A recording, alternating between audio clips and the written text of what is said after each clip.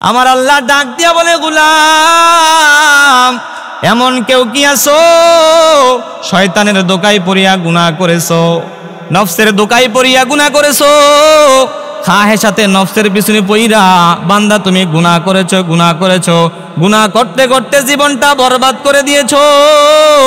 আমার আল্লাহ ডাক দিয়া বলে, গোলাম তুমি যদি আমি আল্লাহর কাছে ক্ষমা চাও, আমি আল্লাহ তোমার গুনাহ রাজি মুহূর্তের মধ্যে ক্ষমা করে দিব। সুবহানাল্লাহ।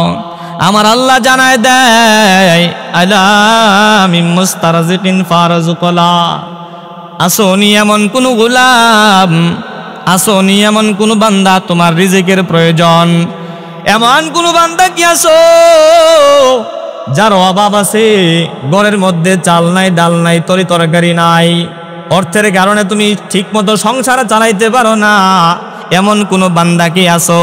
আসোনি এমন কোন বান্দা? আমি আল্লাহ তো দুনিয়ার প্রথম আসমানে আইসা আমি আল্লাহ তোমাকে ডাকতেছি, হে আমার গোলাম, আমি আল্লাহর ডাকে তুমি সাড়া দিয়া দাও, আমি আল্লাহর ডাকে তুমি সাড়া দাও, আমি আল্লাহর ডাকে যদি তুমি সাড়া দিতে পারো, তোমার সকল অভাব আমি আল্লাহ দূর করিয়া দিব। সুবহানাল্লাহ। আমার আল্লাহ ডাইকা ডাইকা বারবার বলি, আসোনি এমন কোন গোলাম যেই কোনো বান্দার তোমার সংসারের মধ্যে সকল ধরনের বিপদ আপদ একসাথে লাইগা গেছে, সন্তান বাইরে পাঠাইলা, সন্তান তোমার বাইরে গিয়া আটকা পড়ে আছে, কাজকর্ম পায় না, মালিক তার উপর টর্চার করতেছে, কফিল আকামা দেয় না, ওই সন্তান দিন কি দিন মাস কি মাস চাকরি করে কোনো বেতন দেয় না, হয় কি হয় না। আমার আল্লাহ বলে, গোলাম তুমি যদি আমি আল্লাহর কাছে চাইতে পারো, আমি আল্লাহ তোমার সকল ধরনের বিপদ মুহূর্তের মধ্যে দূর কইরা দিব। আলহামদুলিল্লাহিল্লাযী জাআলাশ শামসা ওয়াল কমারা বিহুসবান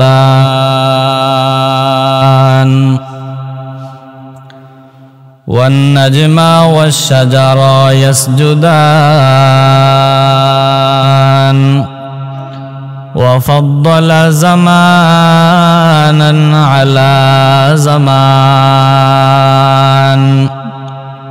كما فضل مكانا على مكان وإنسانا على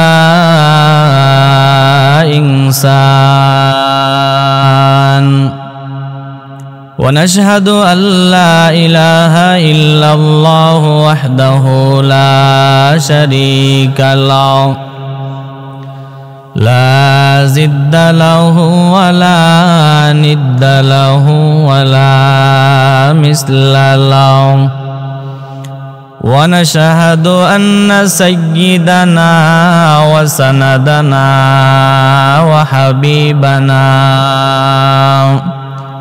وحبيب ربنا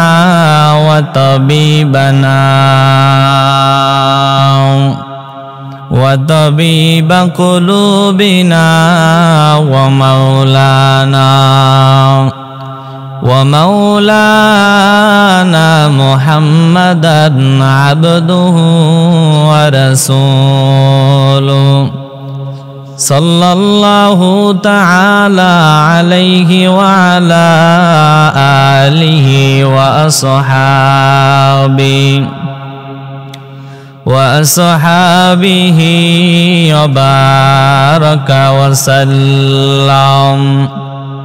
وبارك وسلم تسليما كثيرا الذي أرسله الله تعالى بالحق بشيرا ونذيرا وداعيا إلى الله بإذنه وسراجا منيرا. أما بعد فأعوذ بالله من الشيطان الرجيم. বিসমিল্লাহির রহমানির রহিম ওয়ামা খালাকতুল জিন্না ওয়াল ইনসা ইল্লা লিয়াবুদুন وقال رسول الله صلى الله عليه وآله وسلم إذا كانت ليلة النصف من شعبان نزل سبحانه وتعالى إلى سماء الدنيا فقال ألا من مستغفر فأغفر له ألا من مستغفر فأغفر له ألا من مسترزق فأرزق له وقال صاحب القرآن صلى الله عليه وآله وسلم أو كما قال النبي عليه الصلاة والسلام صدق الله مولانا العظيم وصدق رسوله النبي الأمي الكريم ونحن على ذلك لمن الشاهدين والشاكرين والذاكرين والحمد لله رب العالمين اعمال سے بنتی ہے جنت بھی جہنم اعمال سے بنتی ہے جنت بھی جہنم یہ خاک فطرت میں نہ ناری ہے نہ نوری یہ خاک فطرت میں نہ ناری ہے نہ نوری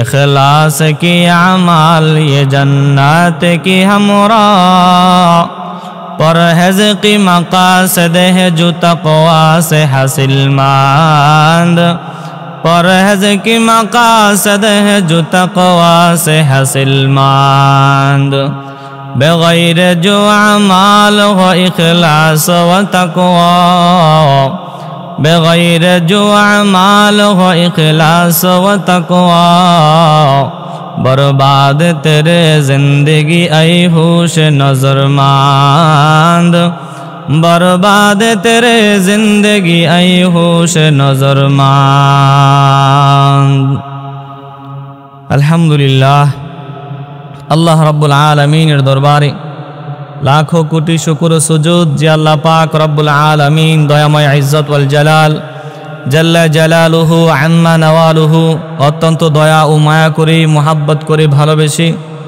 আমাদের সকলকে আজকের এই দিন সপ্তাহের মধ্যে শ্রেষ্ঠ দিন পবিত্র জুমার দিন এই পবিত্র জুমার দিনে জুমার নামাজ আদায় করার উদ্দেশ্যে দুনিয়াবি কাজ কারবার থেকে ফারেক করে মালিকের ডাকে সাড়া দিয়ে দুনিয়ার সর্বশ্রেষ্ঠ জায়গা আল্লাহ রাব্বুল আলামিনের ঘরে আমাদের সকলকে এসে উপস্থিত হওয়ার মতো তৌফিক দান করলেন সেজন্য সেই মহা মনিবের নিকট দিল খুলে প্রাণকে উজাড় করে বলি আলহামদুলিল্লাহ লক্ষ কোটি দরুদ ও সালাম বিশ্ব মানবতার কান্ডারি বিশ্ব মানবতার মুক্তির দূত সাইয়্যিদুল মুরসালিন ইমামুল মুরসালিন হাবিবে কিবরিয়া আশরাফুল আম্বিয়া হযরত মুহাম্মদুর রাসূলুল্লাহ সাল্লাল্লাহু আলাইহি ওয়া আলিহি ওয়াসাল্লামের উপর মুহতারাম হাজিরিন মুফাসসিরিনে কারাম মুহাদ্দিসিনে কারাম হাদিসের মধ্যে বলে قال رسول الله صلى الله عليه وآله وسلم الشعبان شهري وشهر الله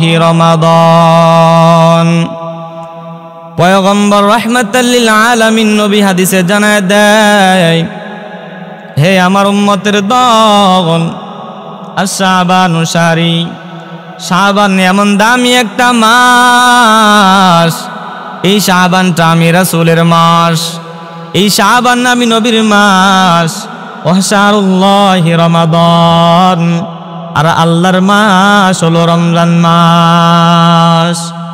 কেন এই রমজান মাসটার এত দাম? এই শাবান মাসটার কেন এত দাম? কারণ এই শাবান মাসের মধ্যে এমন একটা রাত্রি আছে, এই শাবান মাসে এমন একটা দিন আছে, এই দিনের মধ্যে আমার আল্লাহ বান্দা আল্লাহর কাছে যা চাইবে আল্লাহ রব্বুল আলামিন ওই বান্দার সকল চাওয়া পূরণ করে দিবেন। সুবহানাল্লাহ। রাসূলুল্লাহ সাল্লাল্লাহু আলাইহি ওয়াসাল্লাম একদিন মসজিদে নববীর মধ্যে বৈশা চিন্তা ভাবনার মধ্যে পড়ে গেছে। আমার আল্লাহ দৃশ্য দেখে কি দেখে না, দেখে কি দেখে না। আল্লাহর রাসূলকে সাহাবায়ে কেরাম প্রশ্ন করলেন, পয়গম্বর ইয়া রাসূলুল্লাহ, আপনার কাছে আমরা জানতে চাই। বলে, কি জানতে চাও? ওগো আল্লাহর নবী, অতীতের উম্মতের হায়াত অনেক লম্বা লম্বা হায়াত তারা পেয়েছে। কেউ 200 বছর হায়াত পাইছে, কেউ 300 বছর, 500 বছর, 900 বছর, 950 বছর পর্যন্ত হায়াত তারা পেয়েছে।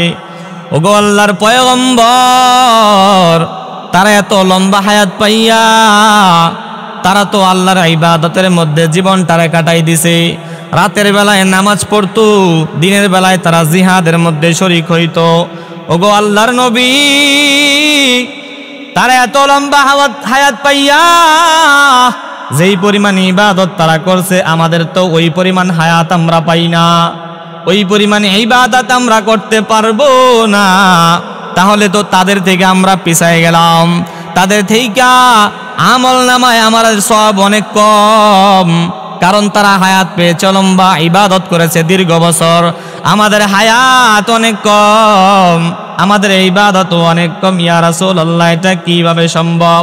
অথচ আপনি তো শ্রেষ্ঠ নবী, আপনার উম্মত হওয়ার ফলে আমরাও শ্রেষ্ঠ উম্মত, অথচ এই দিক দিয়া তো হিসাবটা মিলে না। এই প্রশ্ন শুনিয়া নবী আমার একটু চিন্তায় পড়ে গেছে। আমার আল্লাহ জিবরাইল আমিনকে পাঠায় দেয়, হে জিবরাইল, যাও আমার বন্ধুর কাছে যাইয়া তুমি একটা সুসংবাদ শোনায় দাও, খুশির বাণী আমার রসুলের কাছে, আমার হাবিবের কাছে পৌঁছাইয়া দাও। বলে, কি পৌঁছাইয়া দিব? নবীর কাছে জিবরাইল আইসা বলে, পয়গম্বর, আপনার কান্না, আপনার মলিন চেহারা, আপনার এই বেজার চেহারা আমার আল্লাহ মোটেও সহ্য করতে পারে না।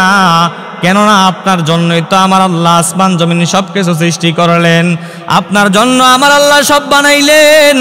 আপনি যদি মনটারে বেজার কইরা রাখেন, আমার মালিক আল্লাহ সহ্য করে পারে না, আমার আল্লাহ বরদাস্ত করতে পারে না। এই জন্য আমার আল্লাহ আমাকে আপনার কাছে পাঠায় দেয়।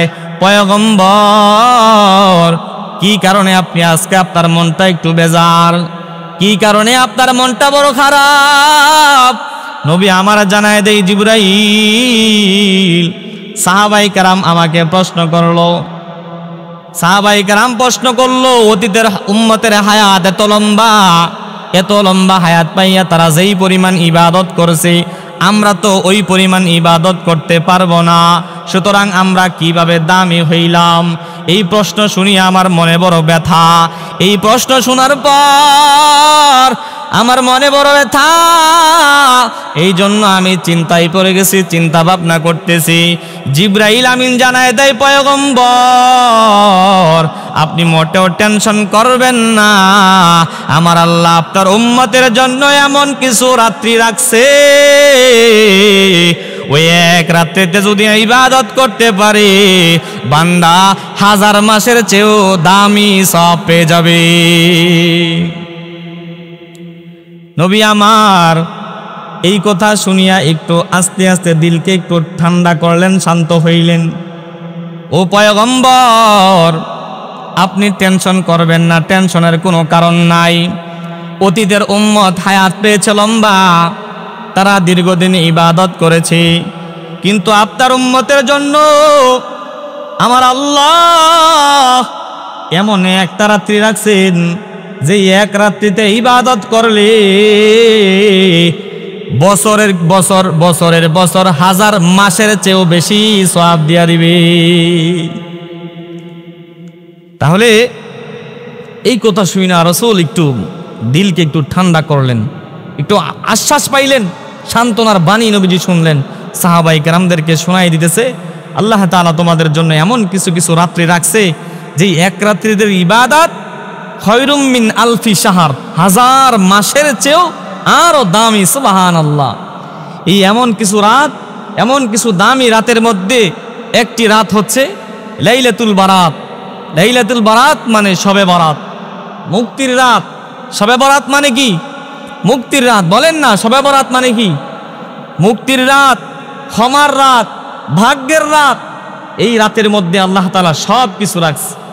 এই রাতের দাম কেমন? এই শবে বরাত শাবান মাসের যখন 14 তারিখ হয়, এই রাতের দাম কেমন? রাসূলুল্লাহ সাল্লাল্লাহু আলাইহি ওয়াসাল্লাম হাদিসে জানায় দেয়, ইদা কানাত লাইলাতুন নিসফি মিন শাবান, নবী আমার বলে উম্মত, যখন নাকি শাবানের 14 তারিখ হয়, অর্থাৎ শাবান মাসটার মাঝামাঝি হয়, শাবানের অর্ধেক যখন হয়, সূর্য যখন আস্তে করিয়া সন্ধ্যার পর ডুইবা যায়, ওই দয়ার মাওলা আমার আল্লাহ নাজালা ইলা সামাইদ দুনিয়া, দুনিয়ার আসমানে আইসা বান্দাদেরকে ডাকতে থাকে, আলা মিন মুস্তাগফিরিন ফাগফিরলা। আমার আল্লাহ ডাক দিয়া বলে, গোলাম এমন কেউ কি আছো শয়তানের দোকায় পড়িয়া গুনাহ করেছো, নফসের দোকায় পড়িয়া গুনাহ করেছো, খাহের সাথে নফসের পিছনে পইরা বান্দা তুমি গুনাহ করেছো, গুনাহ করেছো, গুনাহ করতে করতে জীবনটা বরবাদ করে দিয়েছো। আমার আল্লাহ ডাক দিয়া বলে, গোলাম তুমি যদি আমি আল্লাহর কাছে ক্ষমা চাও, আমি আল্লাহ তোমার গুনাহ রাজি মুহূর্তের মধ্যে ক্ষমা করে দিব। সুবহানাল্লাহ। আমার আল্লাহ জানায় দেয়, আলা মিন মুস্তারজিকিন ফারজুকলা, আসনি এমন কোন গোলাম, আসনি এমন কোন বান্দা তোমার রিজিকের প্রয়োজন, এমন কোন বান্দা কি আসো যার অভাব আছে, ঘরের মধ্যে চাল নাই, ডাল নাই, তরি তরকারি নাই, অর্থের কারণে তুমি ঠিক মতো সংসার চালাইতে পারো না, এমন কোন বান্দা কি আসো? আসনি এমন কোন বান্দা, আমি আল্লাহ তো দুনিয়ার প্রথম আসমানে আইসা আমি আল্লাহ তোমাকে ডাকতেছি, হে আমার গোলাম আমি আল্লাহর ডাকে তুমি সাড়া দিয়া দাও, আমি আল্লাহর ডাকে তুমি সাড়া দাও, আমি আল্লাহর ডাকে যদি তুমি সাড়া দিতে পারো, তোমার সকল অভাব আমি আল্লাহ দূর করিয়া দিব। সুবহানাল্লাহ। আমার আল্লাহ ডাইকা ডাইকা বারবার বারবার বলি, আসনি এমন কোন গোলাম যেই কোনো বান্দার তোমার সংসারের মধ্যে সকল ধরনের বিপদ আপদ একসাথে লাইগা গেছে, সন্তান বাইরে পাঠাইলা, সন্তান তোমার বাইরে গিয়া আটকা পড়ে আছে, কাজকর্ম পায় না, মালিক তার উপর টর্চার করতেছে, কফিল আকামা দেয় না, ওই সন্তান দিন কি দিন মাস কি মাস চাকরি করে কোনো বেতন দেয় না, হয় কি হয় না। আমার আল্লাহ বলে, গোলাম তুমি যদি আমি আল্লাহর কাছে চাইতে পারো, আমি আল্লাহ তোমার সকল ধরনের বিপদ মুহূর্তের মধ্যে দূর কইরা দিব। এইভাবে আমার আল্লাহ এক একটা বিপদের কথা বইলা বইলা বইলা বইলা বান্দাদেরকে ডাকে। এইভাবে কতক্ষণ ডাকে রাসূল আমার হাদিসের মধ্যে জানায় দেন, ওই সন্ধ্যার পর থেকে নিয়ে ফজরের আগ পর্যন্ত বান্দাকে এইভাবে ডাকতে থাকে। সুবহানাল্লাহ, বলেন না সুবহানাল্লাহ। সন্ধ্যার পর থেকে নিয়ে যখন সূর্য ডুবা যায় মাগরিবের সময়, এই সময় থেকে নিয়ে একদম ফজরের আগ পর্যন্ত এই সময়টাতে আল্লাহ তাআলা দুনিয়ার আসমানে আইসা এই কবে 14 তারিখের এই রাত, শবে বরাতের এই রাতে বান্দাদেরকে ডাকতে থাকে আর বলতে থাকে, বান্দা গুনাহ করছো, আজকের এই রাতে আমি আল্লাহর কাছে তুমি চাও, একান্ত বসে আমি আল্লাহর কাছে তুমি ক্ষমা চাও, আমি আল্লাহ তোমার গুনাহকে ক্ষমা করে দিব। তোমার অভাব আছে, আমি আল্লাহর কাছে চাও, আমি আল্লাহ তোমার সকল অভাব দূর করিয়ে দিব।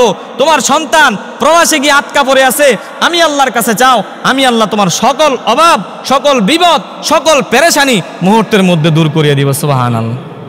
এইভাবে আল্লাহ শুধু একটা দুইটা না, আমি তো মাত্র দুই তিনটার কথা বললাম, এক একটা বিপদ মানুষের এক একটা প্রয়োজনের কথা উল্লেখ করে করে করে করে আল্লাহ তাআলা ফজর পর্যন্ত বান্দাদেরকে ডাকে। সুবহানাল্লাহ। তাহলে এই রাত্রির দাম আছে না নাই? এই শবে বরাতের দাম আছে না নাই? এই শবে বরাতের কেমন দাম? রাসূল হাদিসের মধ্যে বলে শবে বরাত 14 তারিখ এই রাতে যারা নাকি যে যখন নাকি 14 তারিখ আসবে, শাবানের 14 তারিখ আসবে, তখন বান্দা তোমরা রোজা রাখো। কি রাখো? সুমু ইয়াউমাহা কুমু লাইলাহা। দিনের বেলায় তোমরা রোজা রাখো, রাতের বেলায় তোমরা কুমু মানে নামাজ পড়ো, নফল নামাজ পড়ো। রাসূল হাদিসে বলে কোনো বান্দা যদি শবে বরাতের মধ্যে দাঁড়াইয়া ইবাদত করতে পারে, ইবাদতের মধ্যে তার রাতটা কাটাই দিতে পারে, আল্লাহ তাআলা বান্দাকে পুরস্কার কি দিবেন? রাসূল হাদিসের মধ্যে বলে ওই সময় একটা গোত্র ছিল বনি কালব গোত্রের মধ্যে তারা এত পরিমাণ গরু, ভেড়া, বকরি ইত্যাদি চড়াইতো, এত পরিমাণ লাখ লাখ পরিমাণ তারা কি করতো? এই গরু ছাগল চড়াইতো। রাসূল বলে ওই কালব গোত্রের যত কি বলে ভেড়া আছে, বকরি আছে, এদের যত পরিমাণ চুল আছে সেই চুল পরিমাণ বান্দাদেরকে আল্লাহ শবে বরাতে মাফ করে দেয়। সুবহানাল্লাহ। তাহলে একটা আপনি ধরেন একটা গরুতে, একটা বকরিতে কি পরিমাণ পশম থাকতে পারে? হিসাব করতে পারবে কেউ? বলেন না পারবে কেউ? তাহলে লাখ লাখ বকরি, লাখ লাখ গরুর কি পরিমাণ চুল থাকবে, পশম থাকবে? ওই পরিমাণ বান্দাদেরকে আল্লাহ তাআলা মাফ করবেন। সুবহানাল্লাহ। তবে দুই শ্রেণীর ব্যক্তিদেরকে আল্লাহ মাফ করবে না। কয় শ্রেণীর? বলেন না কয় প্রকারের লোক? আল্লাহ রাব্বুল আলামিন, আল্লাহ রাসূল বলে আল্লাহ সবাইকে মাফ করে দিবে, কিন্তু কেমন হতবাগা হইলে এই দুই প্রকারের লোককে মাফ করবে না? এরা কি অপরাধী, কেমন অপরাধী হইলে মাফ করবে না জানার দরকার আছে না নাই? আছে না নাই? রাসূলুল্লাহ সাল্লাল্লাহু আলাইহি ওয়াসাল্লাম জানায় দেয় ওই লাইলাতুল বরাতের মধ্যে আমার আল্লাহ সব উম্মতদেরকে মাফ কইরা দিবেন। আমার আল্লাহ সকল উম্মতের প্রতি, সকল বান্দার দিকে একটা আলাদা দয়ার নজর দিবেন, একটা মায়ার নজর দিবেন। ওই মায়ার নজর দিয়া আমার আল্লাহ সব বান্দাদেরকে মাফ করে দিবেন। ইল্লা লিমুশরিকিন আও মুশাহিন। তবে দুই শ্রেণীর বান্দা এমন আছে যাদেরকে আমার আল্লাহ মাফ করবে না। কয় প্রকারের লোক? বলেন না কয় প্রকার? এক প্রকারের বান্দা হলো এমন যারা নাকি হায়াতের জিন্দেগিতে আল্লাহর খাইয়া, আল্লাহর বইরা, আল্লাহর জমিনের মধ্যে থাইকা আমার আল্লাহর সাথে শিরিক করবে। ওই সকল বান্দাদেরকে আমার আল্লাহ মাফ করবে না। নাউজুবিল্লাহ। কাকে মাফ করবে না? যারা দুনিয়াতে শিরিক করবে। শিরিক করনেওয়ালা লোক নাই?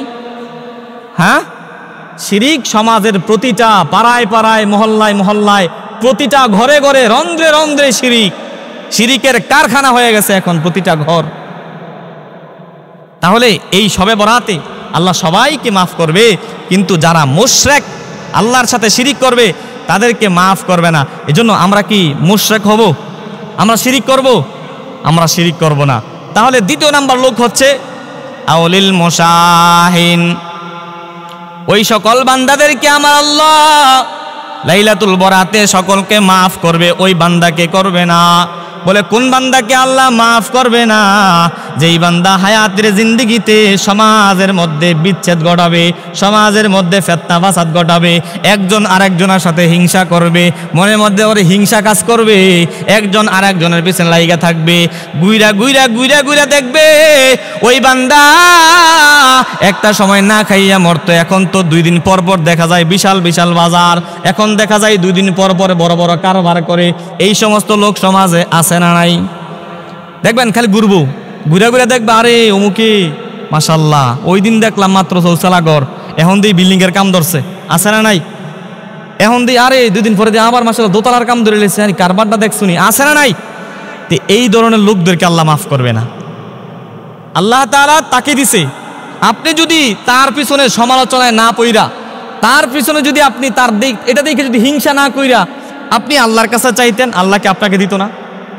আল্লাহকে আপনাকে দিত কিনা বলেন? তাহলে আপনি কেন আরেকজনের পিছনে লাগবেন? আপনি কেন মনে মনে বিদ্বেষ পোষণ করবেন? এজন্য এই বিদ্বেষ পোষণকারী, হিংসাকারী এতটাই ভয়ানক, এতটাই ভয়ঙ্কর যে শবে বরাতে আল্লাহ সকলকে মাফ করা সত্ত্বেও এই হিংসাকারীকে মাফ করবেন না। নাউজুবিল্লাহ। হিংসা করব না ছাড়বো কোনটা? হিংসা করবো না ছাড়বো? হিংসা ছাড়তে হবে। হিংসা না ছাড়লে হাদিসে আসছে হিংসা মানুষের নেক আমল এমনভাবে ধ্বংস করে দেয়, একটা আগুন যখন একটা কাঠে লাকড়িতে লাগায় দেয়, এই আগুনটা যেমন লাকড়িকে পুরে সারখার করে দেয়, একদম কয়লা বানায় দেয়, এই হিংসাও মানুষের জিন্দগির নেক আমলকে এমনভাবে পুরে একদম তছনছ করে দেয়। নাউজুবিল্লাহ। এজন্য আপনি নামাজও পড়বেন, হিংসাও করবেন, কোনো লাভ? বলেন না, নামাজও পড়বেন আবার হিংসাও করবেন, লাভ আছে? লাভ আছে? লা ইয়াহবাতান্না আমালুক, আপনার সকল আমল এই হিংসা ফাসাদ ধ্বংস করে দিবে, সব বরবাদ করে দিবে। এজন্য আমাদেরকে কি থেকে বাঁচতে হবে বলেন? এক নাম্বার শিরিক থেকে বাঁচতে হবে। কি থেকে? শিরিক থেকে আমাদেরকে বাঁচতে হবে। দুই নাম্বার হচ্ছে আমাদের হিংসা ফাসাদ বিদ্বেষ থেকে বাঁচতে হবে। একজনকে আরেকজনের সাথে লাগাই দিলাম মাঝখানটা, আপনি বাস এ লাগাই দিলাম, তোমরা জমতে করতে থাকো, বাস যতটুকু পারো আমি গেলাম। এমন লোক আছে না নাই? ওই এখানে একজন লোক বসা, ওইখানে একজন লোক বসা, তার কাছে গিয়ে বলে তোমার অমুকে ফাইলে থুবাই লইব, তার কাছে গিয়ে বলে তোমার অমুকে ফাইলে এই করবো এই করবো, দুইজনে মাঝখানটা কিও কি, মাঝখানটা ওই ব্যক্তি নাই। হয় কি হয় না? হয় কি হয় না? তো এই সমস্ত লোক আল্লাহ রাব্বুল আলামিন বলছে এই সমস্ত লোকদেরকে আল্লাহ তাআলা কোনদিন মাফ করবেন না। আল্লাহ রাসূল বলে কোনদিন আর মাফ পাবে না। এই সবে বরাতে তো সবাই মাফ পাবে, কিন্তু এই ব্যক্তি মাফ পাবে না। এই জন্য আমাদেরকে এই হিংসা নামক এই গজব থেকে আমাদেরকে অবশ্যই অবশ্যই এটা আমাদের আল্লাহর কাছে পানা চাইতে হবে যে আল্লাহ আপনি আমার এই হিংসা থেকে অহংকার থেকে বাঁচার তৌফিক দেন। রাসূল সব সময় দোয়া পড়তেন, আল্লাহুম্মা জাআলনি ফি আইনি সগীরা ওয়া ফি আয়ুনিন নাসি কাবীরা। আল্লাহ আপনি আমার থেকে হিংসা দূর করে দেন, আপনি আমার থেকে অহংকার দূর করে দেন। আল্লাহ মানুষের চোখে আপনি আমারে বড় বানায় দেন, আমার চোখে আপনি আমারে ছোট বানায় দেন। আল্লাহ আমার মধ্যে যেন অহংকার না আসে, আমি যেন সবসময় নিজেকে ছোট ভাবি, আমার চোখে যেন আমি সবসময় ছোটই থাকি, কিন্তু মানুষের চোখে আপনি আমারে বড় বানায় দেন। মানুষ আমাকে সম্মান করুক, মানুষ আমাকে বড় ভাবুক, এতে কোনো সমস্যা নাই। আমি যেন আমার মধ্যে আমি নিজেকে সবসময় ছোট দেখি, সবসময় যেন ছোট ভাবি। এই দোয়া কে করতেন? আল্লাহর রাসূল করতেন। আমরা কি করি এই দোয়া? আমরা এই দোয়া করি না। এই কারণে আমাদের থেকে হিংসাও দূর হয় না। এজন্য কারো ভালো দেখলে, কারো কল্যাণ দেখলে কখনো হিংসা করা যাবে না। কি করা যাবে না? কখনো হিংসা করা যাবে না। আপনি আলহামদুলিল্লাহ বলবেন যে এই লোকটা এক সময় কোনো কিছুই ছিল না, এখন তাকে আল্লাহ তাআলা দিয়েছে, আলহামদুলিল্লাহ, আল্লাহ তাআলা আমাকেও হয়তো একদিন দিবে, দিবে না? ইন্নামা আল উসরি ইসরা, কোরআনে সূরা আসরের মধ্যে আল্লাহ বলে সুখ দুঃখের পরেই তো সুখ। দুঃখের পরে কি? দুঃখের পরেই তো সুখ। কিন্তু দুঃখের সময় বান্দা পেরেশান হয়ে যায়, দুঃখের সময় বান্দা আল্লাহকে ভুলে যায়, দুঃখের সময় বান্দা নাফরমানি করতে থাকে, দুঃখের সময় বান্দা বিভিন্ন অপকর্মের মধ্যে জড়িত হইয়া যায়। আল্লাহ যে বলছে তোমার দুঃখ দিয়েছে আমি, একটু পরে আবার সুখ দিব, কিন্তু এই দুঃখের সময় তো আমি শেষ হয়ে যাই, আমার বাতি ফিউজ হয়ে যায়, পরে আমি আর সুখ পাই না। আমি তো আমার নিজের ক্ষতি নিজে করলাম। এই জন্য আমরা এই দুঃখ সুখ কে দেয়? দুঃখ সুখ কে দেয়? সব সময় সুখে দুঃখে ধৈর্য ধারণ করে আল্লাহর কাছে চাইব। আল্লাহ তাআলা আমাদেরকে সব কিছু দেওয়ার জন্য প্রস্তুত আছে না নাই? সব সময় আল্লাহ প্রস্তুত। এই বরাতের রাত্রিতে আল্লাহ প্রথম আসমান আইসা বারবার বারবার বলে, বান্দা চাও না আমার কাছে? সব সময় তো তুমি অন্যান্য মানুষের কাছে চাইছো, আজকে আমার কাছে চাও, আজকে আমি আল্লাহর কাছে চাও। এ রাসূল সাল্লাল্লাহু আলাইহি সাল্লাম এই বরাতের রাত্রিতে কিভাবে ইবাদত করতেন? একদিন রাসূলুল্লাহ সাল্লাল্লাহু আলাইহি সাল্লাম শবে বরাতের এই রাত্রিতে রহমাতাল লিল আলামিন নবী আমার লম্বা সেজদার মধ্যে যাইয়া নবীজি সেজদা থেকে আর ওঠে না। নবী বারবার রুকু সেজদা করতেছে, নামাজ পড়তেছে, দীর্ঘ কেরাত পইরা নবীজি নামাজ পড়তেছে। সেজদায় যাওয়ার পর রহমতের নবী আমার সেজদা থেকে আর ওঠে না। আম্মা জান আয়েশা বারবার বারবার বারবার তাকাইয়া দেখতেছে নবী আমার এই যে কোন সময় সেজদা দিল এখনো কেন উঠতেছে না, কারণ কি নবীর কি ইন্তেকাল হয়ে গেছে নাকি? এই চিন্তা ভাবনা করিয়া আম্মা জান আয়েশা নবীর কাছে যাইয়া নবীজির পায়ের মধ্যে একটু চিমটি কাটলেন। একটু চিমটি কাটার পর নবী আমার আস্তে করে পাটা নাড়ায় বোঝাইলেন, হে আয়েশা আমি মরি নাই, মরি নাই, আমি এখনো জীবিত আছি। কি বুঝাইলেন? নবীজি এত দীর্ঘ টাইম নিয়ে নামাজ পড়তেছে। আম্মা জান আয়েশা কয়, হায় হায় নবীর কি ইন্তেকাল হয়ে গেল? কোন সময় তো সেজদায় গেল, এখনো ওঠে না, ব্যাপার কি? আম্মা জান আয়েশা কাছে যাইয়া একটু চিমটি কাটলেন। ইয়া রাসূলুল্লাহ আছেন কি? নবীজি একটু পাটা নাড়ায় দিয়া বুঝাইলেন, আয়েশা আমি আসি। আয়েশা আজকের এই রাত ঘুমানোর রাত না, আজকের এই রাত্রটা ঘুমানোর জন্য না, আজকের এই রাতটা এত দাম, আজকের এই রাতের এত মর্যাদা, এত ফজিলত। এই রাতের মধ্যে আল্লাহ তাআলা বান্দার সকল গুনাহ খাতা মাফ করে দিবেন। সুবহানাল্লাহ। বান্দা আল্লাহর কাছে যা চাইবে আল্লাহ তাআলা বান্দাকে সবই দিবেন। সুবহানাল্লাহ। এই রাতের এত দাম। অন্য একটা বর্ণনাতে আছে, রহমতের নবী আমার আম্মা জানা আয়েশার ঘরে যাইয়া রাসূলুল্লাহ সাল্লাল্লাহু আলাইহি ওয়াসাল্লাম কিছুক্ষণ অবস্থান করলেন।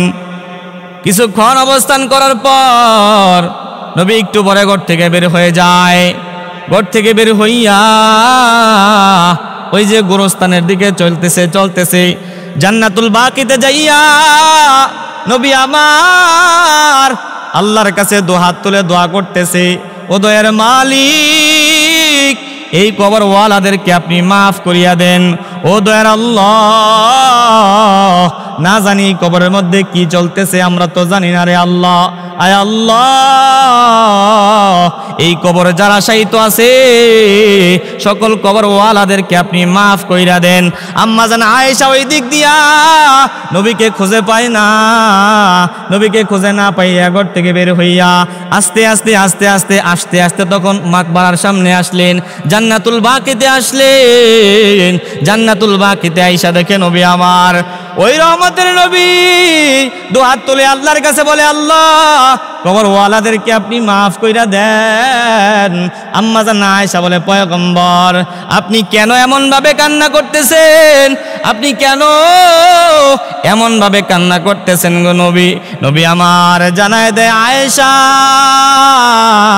আজকের এই রাতটা সাধারণ কোনো রাত নয়। আজকের এই রাত এমন একটাই রাত, আজকের এই রাতটা হলো বরাতের রাত, মানে মুক্তির রাত। আজকের এই রাত সবে বরাতের এই রাত, আজকের এই রাত ক্ষমার রাত। যদি ক্ষমা যদি পাইতে হয় কবরওয়ালাদের বেশি ক্ষমার দরকার। দুনিয়াতে আমরা আছি আল্লাহর কাছে চেয়ে জিন্দেগির গুনাহ মাফ করাইতে পারবো, ওই কবরের মধ্যে যারা আছে তারা কিভাবে মাফ পাবে গো আয়েশা? এই জন্য আজকে আমি ঘুমাই নাই, এই জন্য আমি রসুল ওই মাকবারার মধ্যে আইসা, আমি রসুল কবরস্থানের মধ্যে আইসা এই কবরওয়ালাদের জন্য আমি দোয়া করতেছি, হে দয়ার মালিক আপনি সকল কবরবাসীদেরকে মাফ করিয়া দেন। রসুল ঘুমায় না। আম্মা জান আয়েশা হঠাৎ হাই নবীজি মাত্রই আসলো, এখন আবার কোথায় গেল? খুঁজতেছে পায় না। একটু পর দেখে খুঁজতে জান্নাতুল বাকিতে গিয়ে নবীজি লম্বা মুনাজাত দইরা চোখের পানি ফেলতেছে, কান্না করতেছে আর বলতেছে, আল্লাহ এই কবরওয়ালাদেরকে আপনি মাফ করে দেন। আম্মা জান আয়েশা যাইয়া দেখতেছে রসুল এমন কান্নাকাটি আজকে করতেছে, কারণ কি? তখন নবী বলে, আয়েশা তুমি কি জানো আজকের রাতটা কোন রাত? বলে, ইয়া রাসূলুল্লাহ আমার তো জানার বাকি নাই, আমি তো জানি না। তখন নবী বলে, আজকের এই রাত বরাতের রাত, আজকের এই রাত লাইলাতুল বারাত, সবে বরাতের এই রাত, আজকের এই রাত মুক্তির রাত, আজকের এই রাত ভাগ্যের রাত। সুতরাং সকল কবরওয়ালাদের জন্য আমি দোয়া চাইতেছি, আল্লাহ যেন সকল কবরবাসীদেরকে মাফ কইরা দেয়। তখন আয়েশা বলে, ইয়া রাসূলুল্লাহ আমি যদি সবে বরাত পেয়ে যাই আমি কোন দোয়াটা পড়বো? নবীজি বলে, আল্লাহুম্মা ইন্নাকা আফুবুন কারীম তুহিব্বুল আফওয়া ফাআফু আন্না। এই দোয়াটা বেশি বেশি করে পড়া। এই জন্য সম্মানিত উপস্থিতি, এজন্য আজকের এই আলোচনা থেকে আমরা কি বুঝলাম বলেন? আজকের এই রাত রুটি বানানোর রাত না, আজকের এই রাত আতশবাজি ফুটানোর রাত না, আজকের এই রাত বিরিয়ানির পার্টি দেওয়ার রাত না, বলেন না বিরিয়ানি পার্টির রাত। আজকের এই রাত এই সবাই দলবদ্ধভাবে ঘোরাঘুরি করার রাত না। আজকের এই রাতটা এই রাত্র নয়, আজকের রাত এমন দামি একটা রাত। এই রাতে যদি বান্দা ইবাদত করতে পারে অতীত জিন্দেগিতে যত গুনাহ করছে আল্লাহ মাফ করে দিবে। সুবহানাল্লাহ। এবং এই রাতের মধ্যে বান্দার ভাগ্যে ভালো মন্দ যা কিছু আছে সব কিছু আল্লাহ তাআলার কাছ থেকে চেয়ে নিতে পারবেন। সুবহানাল্লাহ। এই জন্য আমরা এই নামাজ, বরাতের নামাজের আলাদা কোনো নিয়ম নাই, আলাদা কোনো নিয়মও নাই, কোনো নিয়তও নাই। আপনি নফল নামাজ পড়বেন। কি নামাজ বলেন না? কি নামাজ? নফল নামাজ। মাগরিবের নামাজের পর আপনি কয়েক রাকাত, 6 রাকাত আওয়াবিন পড়লেন। আওয়াবিন পড়ার পরে জিকির আজগার দোয়া দুরুদগুলা পড়লেন। এরপরে বাস আস্তে আস্তে দুরুদ পড়তে এশা পর্যন্ত গেলেন। এশারের পরে আপনি কোরআন তেলাওয়াত করলেন। কোরআন তেলাওয়াত পারেন না, আপনি সূরা ফাতিহা বারবার পড়লেন, সূরা ইখলাসটা বারবার পড়লেন, কোরআন পুরা কোরআন পড়তে পড়তে আমার যেই সওয়াব হবে, আপনি সূরা ফাতিহা যদি পড়তে থাকেন আপনার সেম সওয়াব হবে। সুবহানাল্লাহ। আমি 2 ঘন্টা পড়লাম কোরআন আর আপনি 2 ঘন্টা পড়লেন সূরা ফাতিহা, একই সওয়াব। সূরা ফাতিহা থেকে কোরআনের অংশ নয়? তো এই জন্য আমরা যেই সূরাগুলি পারি আমরা তেলাওয়াত করব, বসে বসে পাঠ করব, দুরূদ পড়ব, জিকির করব, মাসনুন দোয়াগুলো আমরা পাঠ করব। আল্লাহ রাব্বুল আলামিন আমাদের সকলকে আজকের এই রাতে আমরা যেন এর পুরাপুরি ফয়েজ ও বরকত হাসিল করতে পারি সেই তৌফিক দান করেন, বলেন আমিন। আল্লাহ তাআলা সকল কবরবাসীদেরকে মাফ করে দেন, বলেন আমিন। আল্লাহ তাআলা সকল অভাবীদের অভাবকে দূর করে দেন, বলেন আমিন। আল্লাহ তাআলা সকল ঋণী ব্যক্তিদের ঋণ মুক্তির ব্যবস্থা করে দেন, বলেন আমিন। ওয়া আখিরু দাওয়ানা আলহামদুলিল্লাহি রাব্বিল আলামিন।